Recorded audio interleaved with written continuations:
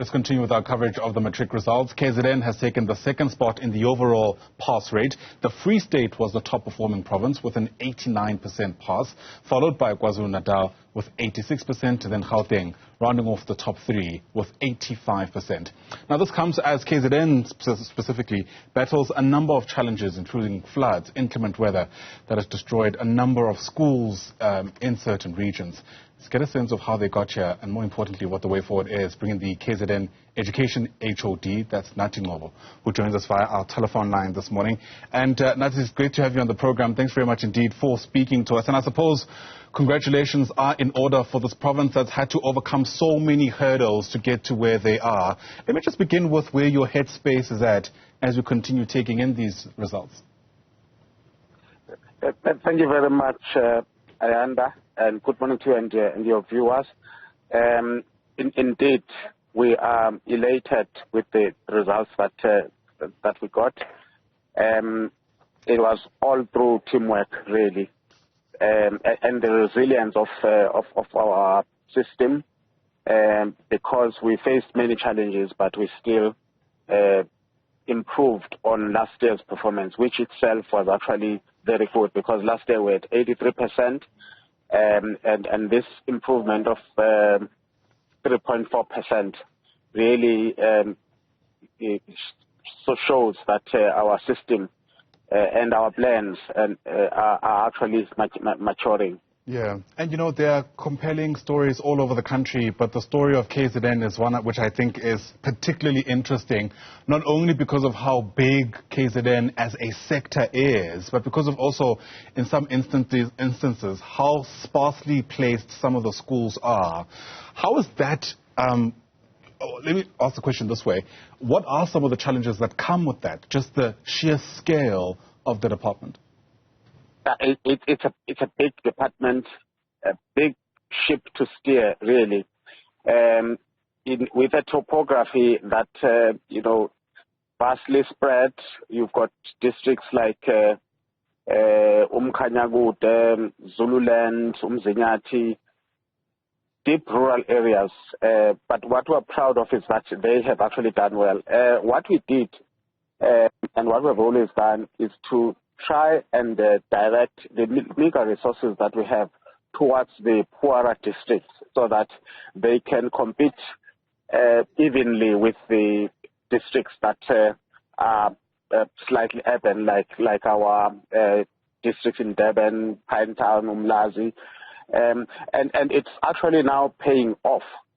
But what we're instilling in our learners is that wherever they are, they can actually achieve. And that shows, because even the top learner in the province comes from Umkhanyakude district, and all our top 4 districts in the province actually are deep rural districts.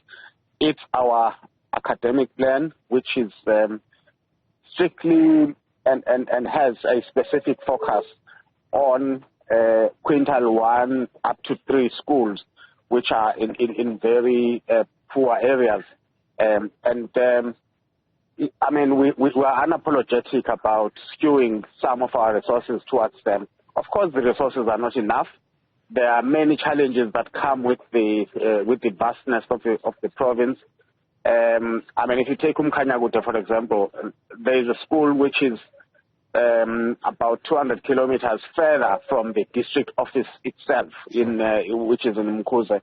And that shows the hardships that we go through in order to actually produce the results that we have. Absolutely. And, sometimes I fear that is lost to many people who live in other parts of the country.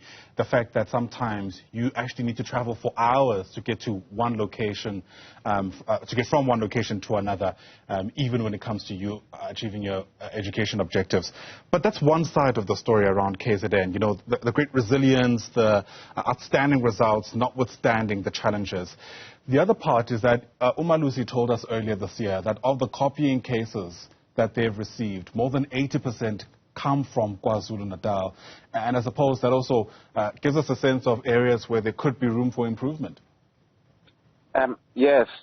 Any case of group copying is a case too many. But let me quickly contextualize what Umalusi's report is actually saying.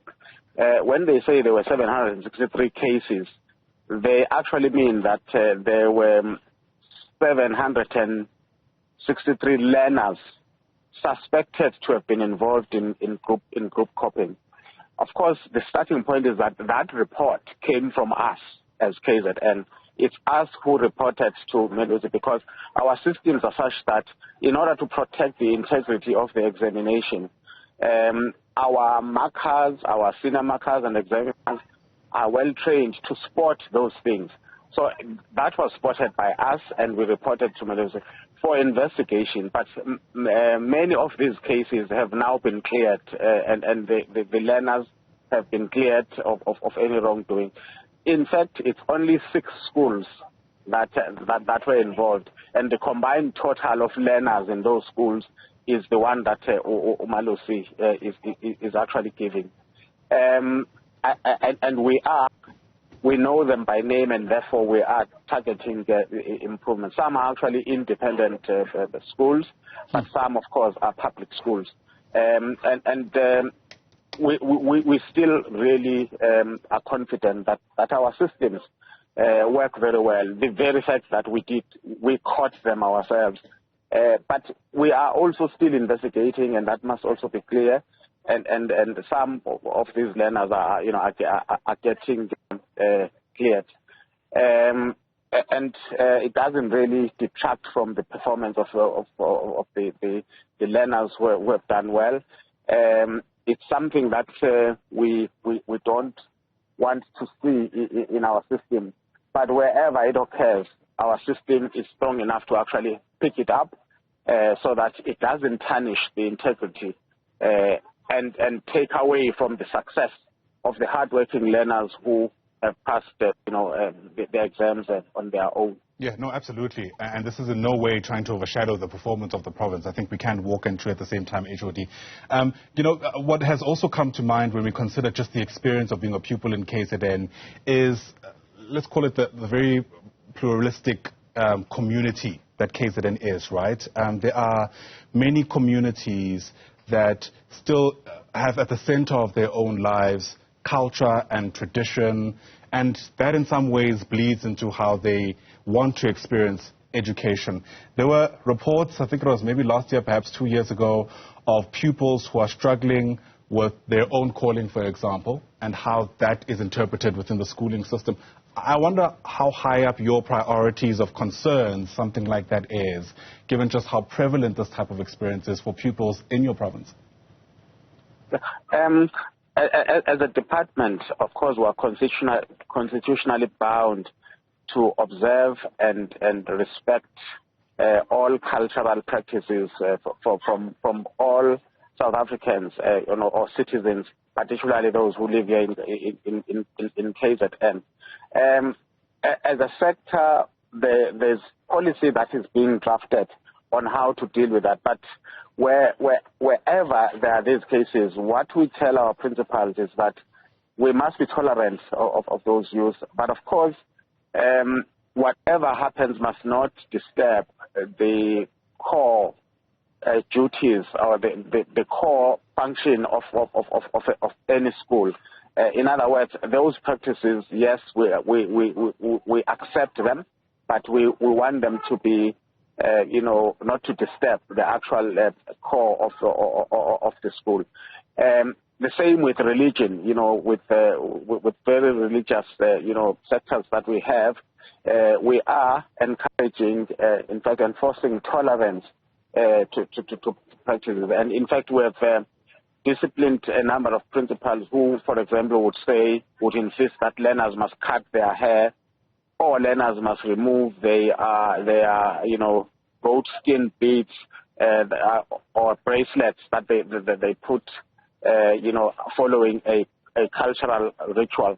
And it's gradually, improving in how we react to those situations and how we want to foster a community that is accepting of, different beliefs and different cultural practices. No, fair enough. It'd be remiss, HOD, for us not to speak about the impact of the floods. I mean, KZN in many instances was still recovering from the April 2021 floods, the education sector not spared. And here we are again, it appears, another massive hurdle to cross. As we speak this morning, are you able to give us a sense of just how badly you've been affected, perhaps even the number of schools that might have to consider doing things differently because of these heavy downpours? Yes, the floods have really affected us, particularly from the resource point of view, because it has meant that we divert some of our resources towards, for example, buying or purchasing, makeshift classrooms, the mobile classrooms that were provided. But particularly the floods that happened on Christmas Eve and throughout the latter part of December. Fortunately, with the rains that came, 2 days or 3 days ago when we're reopening schools, not much damage has been reported. But with the December floods, there were about 50 schools that we have assisted with makeshift classrooms so that teaching and learning can take place.